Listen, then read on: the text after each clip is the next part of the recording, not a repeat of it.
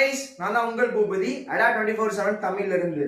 So இது வந்து பாத்தீங்கன்னா ஒரு விகிதம் கணக்கு, ரேஷியோ கணக்கு. இது வந்து பாத்தீங்கன்னா 2020 TNU SRB பிசில வந்து பாத்தீங்கன்னா கேட்கப்பட்ட கேள்வி, அசல் கேள்வி. இந்த கேள்விக்கான பதிலை நீங்க தான் ஆன்சர் பண்ண போறீங்க.